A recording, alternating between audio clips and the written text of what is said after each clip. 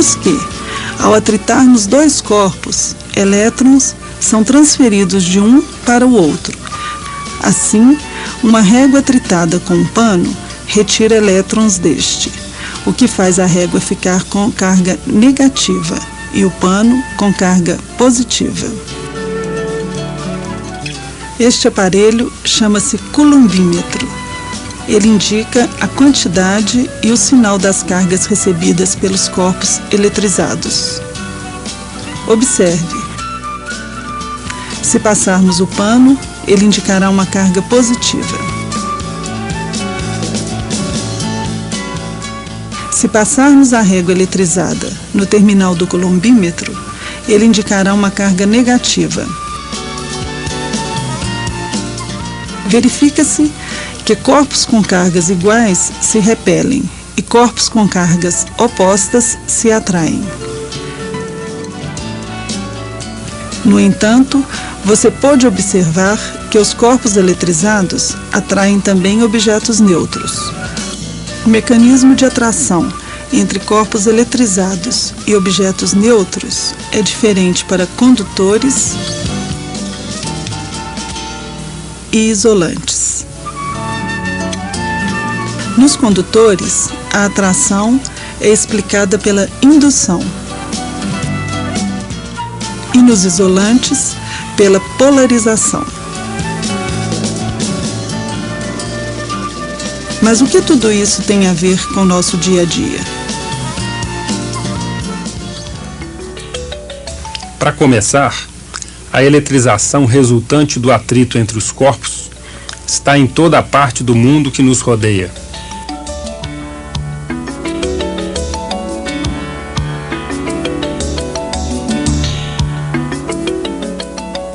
Veja o que diz esta dona de casa. Esse pequeno choque que eu acabei de tomar costuma ocorrer com uma certa frequência na época em que o clima se apresenta muito seco, pequena umidade no ar. Então, isso ocorre devido ao nosso caminhar sobre um material isolante. O atrito dos nossos pés com esse material vai desenvolvendo uma carga elétrica que se acumula no nosso corpo.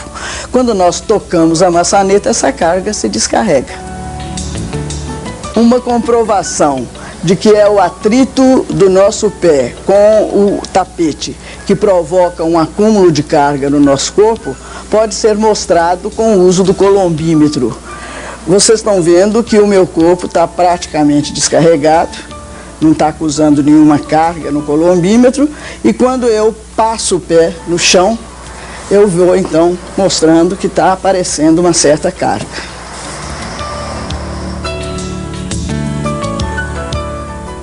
Ao andarmos sobre um carpete, cargas elétricas vão se acumulando em nosso corpo devido ao atrito com esse carpete. Sabemos que ao aproximarmos a mão carregada da maçaneta de uma porta, ocorre uma indução nesta maçaneta.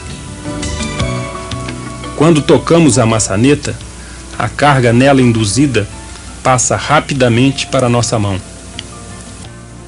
O que nós sentimos e chamamos de choque é esta movimentação brusca de cargas. Muitas vezes podemos ouvir pequenos estalos provocados por essas faíscas elétricas.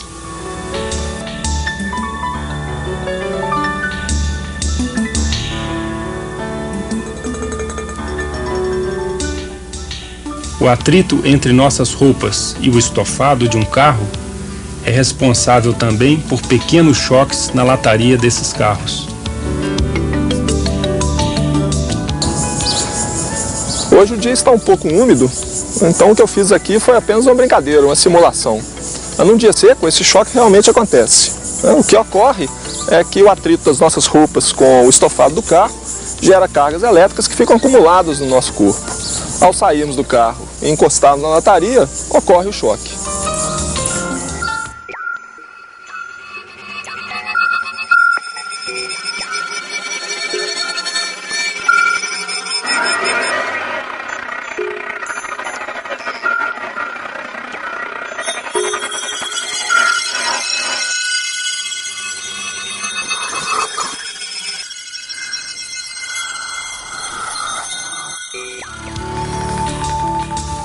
Um simples choque não é a única consequência desastrosa da eletrização por atrito.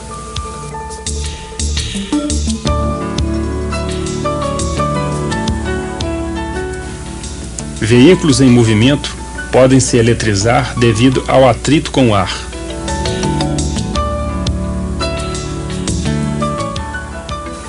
Caminhões-tanque, na ocasião do abastecimento dos reservatórios nos postos de gasolina, devem ser aterrados para evitar a eventual produção de faíscas, que poderiam iniciar um incêndio.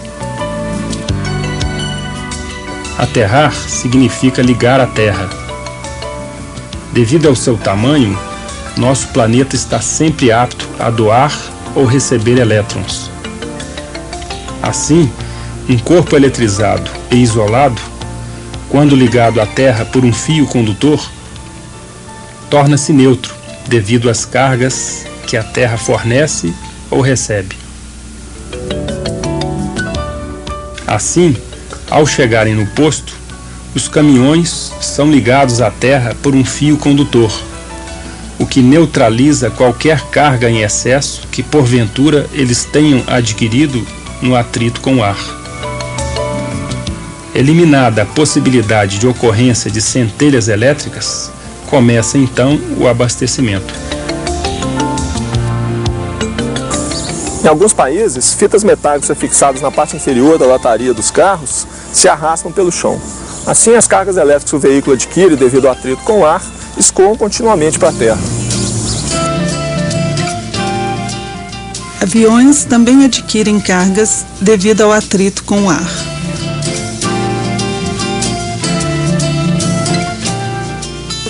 Alguns aviões se descarregam durante o voo, através de pontas de fios condutores, fixadas nas asas.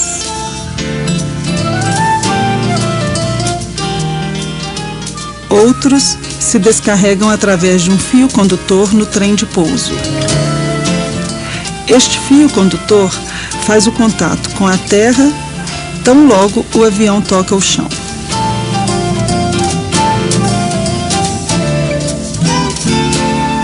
Por medida de segurança, no abastecimento de aviões, um cabo condutor é ligado entre a aeronave e o caminhão. Isto faz com que as cargas acumuladas na aeronave se distribuam também pelo caminhão, atingindo assim uma situação de equilíbrio de cargas. Nesta situação, não há possibilidade de produção de centelhas.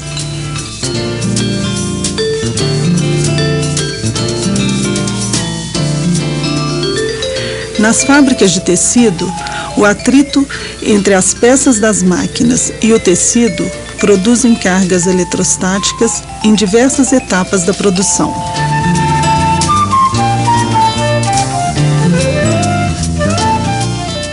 Na fase de enrolamento, o contato do cilindro com o tecido faz com que ele adquira uma certa quantidade de cargas. Como você sabe, estas cargas podem atrair objetos leves, como este pedaço de pano.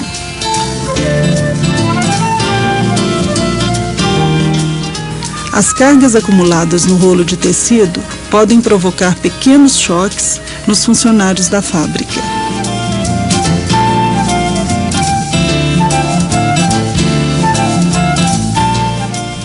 Este incômodo pode ser eliminado elevando-se a umidade do ar.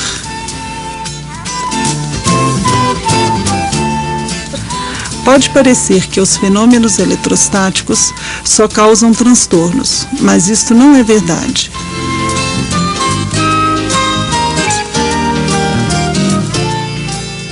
Prova disto é a fotocopiadora, cujo princípio de funcionamento se baseia em fenômenos eletrostáticos simples.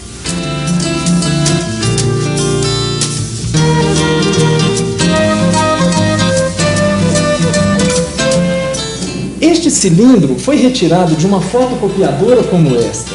Ele é revestido de um material que apresenta a seguinte característica: no escuro ele é isolante elétrico e ao ser iluminado torna-se condutor. Tais materiais são denominados fotocondutores.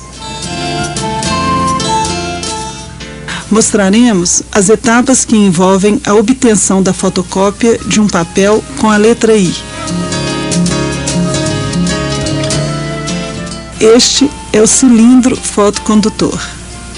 Para simplificar a explicação, tomemos somente um pedacinho deste cilindro. Esta primeira etapa ocorre no escuro e, portanto, o fotocondutor se comporta como um isolante. Inicialmente, um gerador de alta tensão faz com que cargas positivas se distribuam na superfície do fotocondutor. Na parte de metal do cilindro, próxima ao fotocondutor, uma quantidade de carga igual e oposta é induzida. Após o processo de carga do cilindro, uma luz incide no documento a ser copiado. Nas regiões onde tem algo escrito, a luz é absorvida. Nas regiões onde não tem nada escrito, a luz é refletida. Esta luz refletida é direcionada para o cilindro por um complexo jogo de lentes e espelhos. As regiões do fotocondutor onde a luz incide tornam-se condutoras e as cargas positivas se anulam com as negativas nestas regiões. Nos locais onde a luz não incide, o fotocondutor continua se comportando como um isolante e o cilindro continua carregado nestes locais. Observe que neste momento o nosso I já está escrito no cilindro com cargas positivas. Para passar esta informação para o papel, fazemos com que as partes carregadas do cilindro atraiam pequenas partículas de tinta, carregadas negativamente, o tôner, que é constituído de um pó preto. Depois, uma folha de papel previamente eletrizada positivamente atrai este pó do cilindro, sendo rapidamente aquecida para fixar a tinta. Finalmente, nossa cópia está pronta. Você já deve ter observado que todo este processo é muito rápido, existindo máquinas que podem tirar várias cópias por segundo.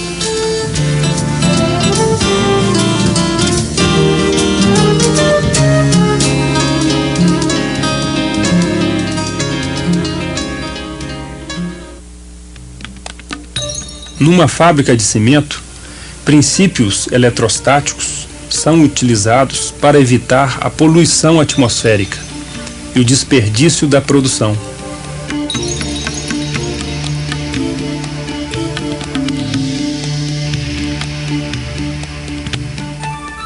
Os gases produzidos na fabricação de cimento contêm partículas sólidas poluentes. Antes de serem despejados na atmosfera, os gases passam por um filtro eletrostático que é constituído de diversas placas e fios que atraem estas partículas poluentes. Esse esquema representa o cilindro mostrado na cena anterior. Com o gerador de alta tensão desligado, a fumaça atravessa o cilindro, poluindo a atmosfera. Ao ligarmos o gerador de alta tensão, o cilindro adquire carga positiva e o fio carga negativa. Por serem leves, as partículas poluentes neutras ou carregadas serão atraídas pelo cilindro ou pelo fio.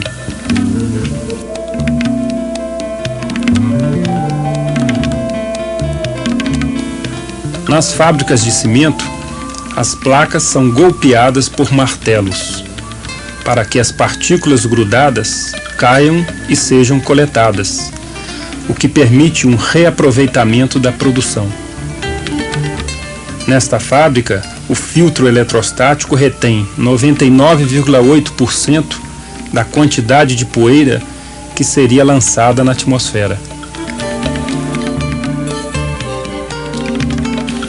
Mostramos que os fenômenos eletrostáticos estão bastante presentes em nosso cotidiano e nas indústrias.